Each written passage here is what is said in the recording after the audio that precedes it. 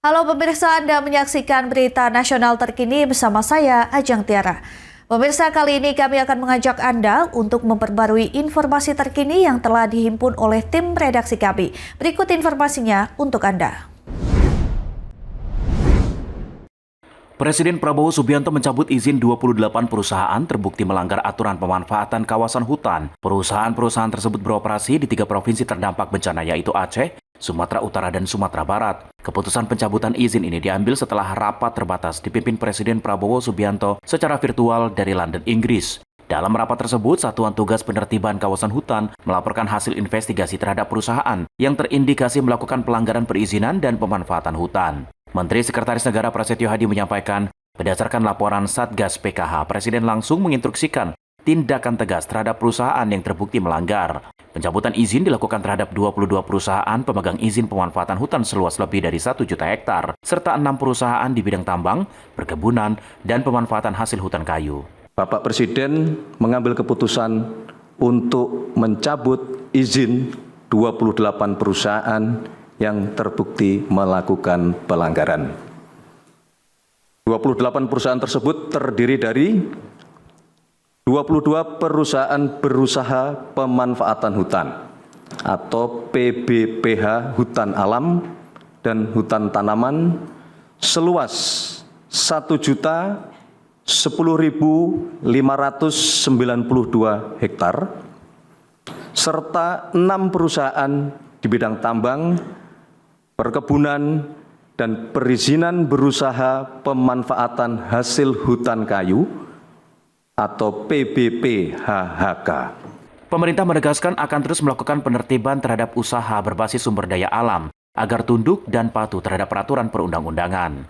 Langkah tegas ini dilakukan sebagai bentuk komitmen negara dalam menjaga kelestarian hutan serta mewujudkan kesejahteraan sebesar-besarnya bagi seluruh rakyat Indonesia. Pemerintah melalui Satgas Percepatan Rehabilitasi dan Rekonstruksi Pasca Bencana Wilayah Sumatera secara resmi menetapkan 11 fokus prioritas pemulihan bagi wilayah terdampak di Aceh, Sumatera Utara, dan Sumatera Barat. Ke-11 prioritas tersebut diumumkan juru bicara Satgas, Amran Jamaluddin di kantor Kementerian Dalam Negeri, Jakarta pada Selasa 20 Januari 2026. Prioritas rehabilitasi dan rekonstruksi pasca bencana di Sumatera mencakup percepatan pembersihan lumpur, perbaikan akses darat, pengurangan jumlah pengungsi, dukungan keuangan daerah, serta pemulihan sektor kesehatan dan pendidikan. Selain itu, pemulihan infrastruktur, ekonomi, rumah ibadah, tradisi masyarakat, menyambut Ramadan dan Lebaran, serta manajemen media juga menjadi perhatian khusus. Pemerintah melalui Kementerian Pekerjaan Umum atau PU mempercepat pemulihan pasca bencana. Hingga pertengahan Desember, Kementerian PU memfokuskan pembersihan pada ruas jalan nasional, menghubungkan Kabupaten Aceh Tamiang hingga perbatasan Provinsi Sumatera Utara. Material lumpur, sampah, serta sisa banjir yang menutup badan jalan dibersihkan agar lalu lintas kembali aman dan lancar. Dalam beberapa pekan terakhir, penanganan juga diperluas ke jalan non-nasional, termasuk jalan daerah, akses permukiman warga, fasilitas pendidikan hingga wilayah yang sebelumnya sulit dijangkau akibat dampak banjir. Untuk mempercepat penanganan, berbagai alat berat dikerahkan ke lapangan, mulai dari ekskavator, bulldozer, backloader, hingga puluhan dump truck. Sebagian alat difokuskan di jalan nasional, sementara lainnya membuka akses di wilayah non-nasional dan daerah terisolir. Telah membantu membersihkan lumpur dan membersihkan sampah-sampah semenjak pasca banjir.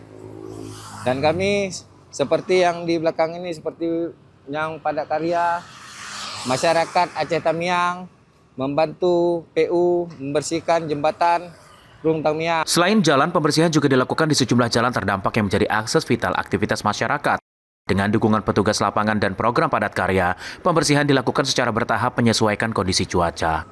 Sampai saat ini, di tanggal 19 Desember, kami masih melaksanakan pembersihan terutama di dalam jalan nasional dari wilayah Tamiang sampai ke perbatasan. Kementerian PU memastikan penanganan akan terus dilanjutkan hingga masa tanggap darurat berakhir dan selanjutnya dilanjutkan dengan penanganan permanen guna memulihkan konektivitas dan mendukung pemulihan aktivitas masyarakat pasca bencana. Tim Liputan Berita Nasional TV. Demikian berita nasional terkini, saya Ajeng Tiara, sampai jumpa.